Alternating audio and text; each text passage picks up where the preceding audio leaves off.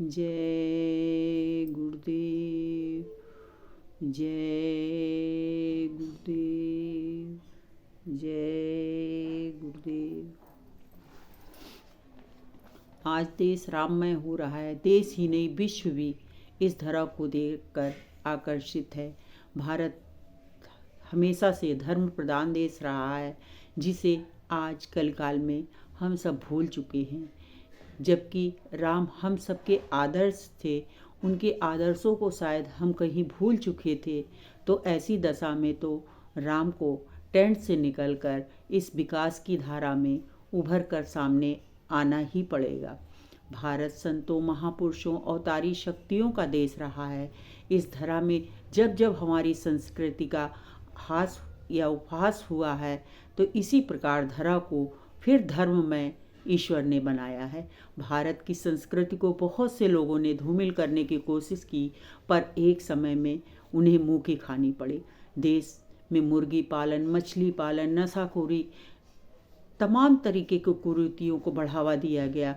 जरा सोचिए, जब आपके घर का कोई एक बच्चा नशे की लत में पड़ जाता है, तो सबसे पहले तो उसके माँ बाप का हृदय व्यथित होता है। वो हर पल उस डर के साये में जीते हैं कि कल क्या होगा, उसका बच्चा या पति आज घर वापस लौटेगा कि नहीं, फिर कल उसको कौन सी बीमारी से लड़ना होगा, फिर जिस समाज में वो बैठता है वो समाज उसे किन नज़रों से देखता है, या फिर वो देश के लिए एक अच्छा नागरिक बनकर और समाज की सेवा कर सकता था।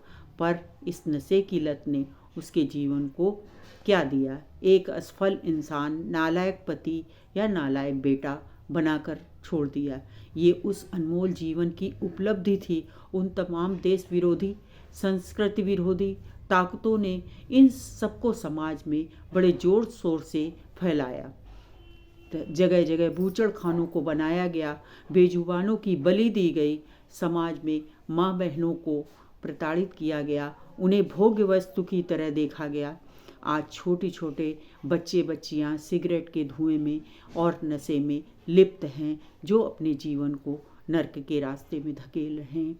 भाई अपनी बहन को बहन नहीं समझ रहा है, बेटा माँ बाप को अंतिम अग्नि भी देने को तैयार नहीं है, और कुछ तो देने की बात दूर रही। वो युवा जो एक आदर्श बेटा बनकर अपने घर को एक आदर्श घर बना सकता था, समाज को एक नई दिशा दे सकता था, देश को एक अच्छा नागरिक बनकर देश की सेवा कर सकता था, वो नशे की हालत में आज नाली पर पड़ा है या बेविचार में लिप्त होकर जेल की हवा खा रहा है। इस कदर हमारी भारतीय संस्कृति को बर्बाद किया गया, तो ऐसी दशा में तो राम को आना ही पड़ेगा। हमारे गुरु महाराज ने बहुत पहले ही सन 1977 में को 22 मई से 28 मई तक अयोध्या में एक कार्यक्रम किया था। तभी बहुत सी भविष्यवाणियाँ उन्होंने की थी। उन्होंने कहा था, धर्म के द्वारा परिवर्तन देश में होगा, विश्व की निगाह भारत की ओर होगी, भारत विश्व गुरु बनेगा, मांसाहार बंद होगा, तमाम बूचड़ खाने बंद होंगे, लोग शाकाहारी होंगे। अब जब राम अपने स्थान पर आ गए हैं, तो उनके आदर्शों को भी इस धरा में हमें अपनाना होगा, लेकिन उसके लिए अभी समय लगेगा। गुरु महाराज ने ये भी कहा था कि एक समय आने पर सभी अवतारी शक्तियाँ एक जगह इकट्ठी हो जाएंगी। वो सब हम आप देख पा रहे हैं कि जब उन्होंने ये कहा था कि बच्चे तुम सब निमित्त मात्र खड़े हो जाओ, बाकी काम तो वो सब ईश्वर तुमसे खुद ही करा लेगा। वो दृश्य आज देखने में आ रहा है। जिन्हें हम आज कर्ता समझ रहे हैं, वो कोई साधारण इंसान नहीं है, उन्हें स्वयं ईश्वर ने इस कार्य के लिए चुना है। वरना जिस मसले को लोग इतने सालों से नहीं सुलझा पा रहे थे, वो कैसे अभी सुलझ गया। कितने भक्त रामलला को टेंट में देखकर दुखी होते थे, व्यतीत होते थे, कितनों ने अपने प्राणों की आहुति दे दी, पर राम को टेंट में ही रहना था। शायद वो समय का इंतजार कर रहे थे कि कलयुग जब एकदम चरम सीमा पर होगा, तब वो इस तरीके से आएंगे। लोगों ने तो राम को भी नहीं छोड़ा। लोगों ने राम के लिए यहाँ तक कह दिया कि वो मांसाहारी थे, शिव के लिए कहा कि वो नशा करते थे। ऐसी ऐसी बातें भारतीय संस्कृति को नष्ट करने के लिए बोली गई। मेरा उद्देश्य किसी को लज्जित करना नहीं है, ना ही किसी का अपमान करना है, बल्कि सिर्फ इतना कहना है कि जिस राम ने सबको समदर्शिता का पाठ पढ़ाया था, जिसने किसी जाति का भेद नहीं रखा था, आज उन्हें ही जातिवाद में घसीटा जा रहा है। राम राज्य में तो कोई किसी तरीके का जाति बंधन नहीं था, हर जाति के लोग समान थे। ये सभी बातें वही लोग कर रहे हैं जो अज्ञान है या अज्ञान, उन्हें किसी का सही मार्गदर्शन नहीं मिला है। अरे हम तो उस देश के वासी हैं जहाँ हमारे राम ने भी गुरु का आश्रय लिया, हमारे कृष्ण ने भी गुरु का आश्रय लिया, हमारे नानक जी ने भी गुरु का आश्रय लिया, हमारी मीरा ने भी गुरु का आश्रय लिया। तो आपने ये कैसे सोच लिया कि गुरु के बिना आप उचित बात बोल सकेंगे?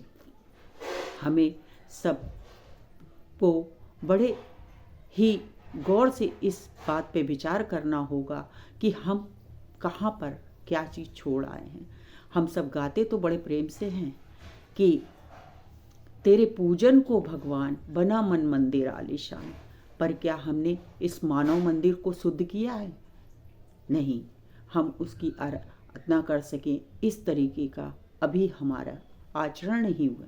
इसलिए कहते हैं कथनी और करनी जब एक होती है तभी आचरण शुद्ध होता है। जब आचरण शुद्ध होंगे तो स्वयं आपकी ऊर्जा फैलेगी। जैसे कि आज विश्व देख रहा है कि कुछ सही लोगों के आ जाने से लोग अयोध्या में पागलों की तरह चिल्ला रहे हैं कि ऐसा लगता है यहाँ पे आने पे कि जैसे स्वर्ग में आ गए हों। ये उस ऊर्जा का ही कमाल है जो ईश्वर ने उन लोगों को दी है, वरना इतनी बिगड़ी व्यवस्थाओं को इतने कम समय में पूरा करना किसी आम इंसान की बात नहीं है। उन्हें स्वयं ईश्वर ने चुना है कि वो ऐसे कामों को कर सकें और ऐसे कामों के वो भागीदार बन सकें। ऐसे कलयुग में इस तरीके की ही शक्तियाँ इस धरा पर आ करके फिर से राम राज्य की स्थापना करेंगी। इसलिए हमें उस समय का इंतज़ार करना है जब संपूर्ण भारत पर राम राज्य होगा और हम सब फिर से एक बार कहेंगे, राम राज्य बैठे त्रिलोका, हर्षित भय गए सब शोका। अर्थात राम राज्य आ जाने पर किसी के हृदय में किसी तरीके की दुख, पीड़ा या वेदना नहीं होगी, सभी सुख होंगे, सभी शोक रहित होंगी। राम ने इस तरीके के राज्य की कल्पना की थी और वही राम राज्य जब इस धरा पर उतरेगा तब सही माने में राम आएंगे। क्योंकि राम ने तो कभी भी किसी जातिवाद को बढ़ावा दिया ही नहीं था। उनके राज्य में उस वक्त वैदिक युग था। लोग वेदों के अनुसार विद्या अध्ययन करते थे और गुरु परंपरा में रहकर आचरण करते थे। कोई हिंदू, मुसलमान, सिख, ईसाई नहीं था। ये हमारी आपकी अज्ञानता है जो हम आप जातिगत दृष्टिकोण रखकर अपना ही पतन कर रहे हैं। इसलिए हम सब एक होकर इसका लाभ उठाएं। हम सब उस परंपरा को मानने वाले हैं जहाँ कर्ता ईश्वर है। वो जिससे चाहता वो वैसा रोल प्ले करा लेता है, क्योंकि हमारा जीवन प्रारब्ध से जुड़ा है। लेकिन हमारी सोच शुद्ध होनी चाहिए, हमारी श्रद्धा निष्काम होनी चाहिए। अगर हमारी सोच ये होगी तब हम उस किरदार को बखूबी निभाकर अपने आप को संतुष्ट कर सकेंगे, समाज को संतुष्ट कर सकेंगे, देश को संतुष्ट कर सकेंगे। राम की प्राण प्रतिष्ठा उन लोगों के लिए चर्चा का विषय बन सकती है जो राम के अस्तित्व में शंका करते हैं, पर जो राम को कण कण में देखते हैं उनके लिए तो कल भी राम थे, आज भी हैं और कल भी होंगे। फर्क हमारी दृष्टि का है कि मुझ में राम है, उसमें राम नहीं है। हम सब में उन्हीं का अंश है। जब इस सोच को लेकर के हम समाज में रहेंगे तभी हम समाज का उत्थान कर सकते हैं। इसलिए प्रार्थना है आप सभी से कि आप शाकाहारी हो, पहले राम के आचरण को अपनाएं, तब राम की पूजा करें। शराब पीकर बेविचार करके राम का नाम लेने से क्या वो पूजा राम को स्वीकार होगी? किसी की गर्दन को बेरहमी से काटने के बाद उसको खाकर क्या आप अपने पेट को कब्रिस्तान बनाकर उस कब्रिस्तान में अपने राम को स्थान दे सकेंगे? सरासर झूठ है। इस झूठ को आपको बदलना होगा, तब राम आएंगे। हम सबको इंतज़ार होगा उस दिन का जब देश में गायों और बेजुबानों जानवरों का कटना बंद होगा। तीर्थ स्थानों में अंडा, मांस, मछली की दुकानों का निषेध होगा। हमें इंतज़ार होगा उस आपसी भेदभाव को समाप्त करके समाज में समदर्शिता पैदा करने वाली नीतियों का। हमें इंतज़ार होगा उस भाईचारे का जहां हम सब मिलकर जातिवाद से दूर आपस में हिंदू, मुस्लिम, सिख, ईसाई आपस में गले मिल सकें। तब सही मायने में राम राज्य की स्थापना होगी, तब सही मायने में राम आएंगे। जय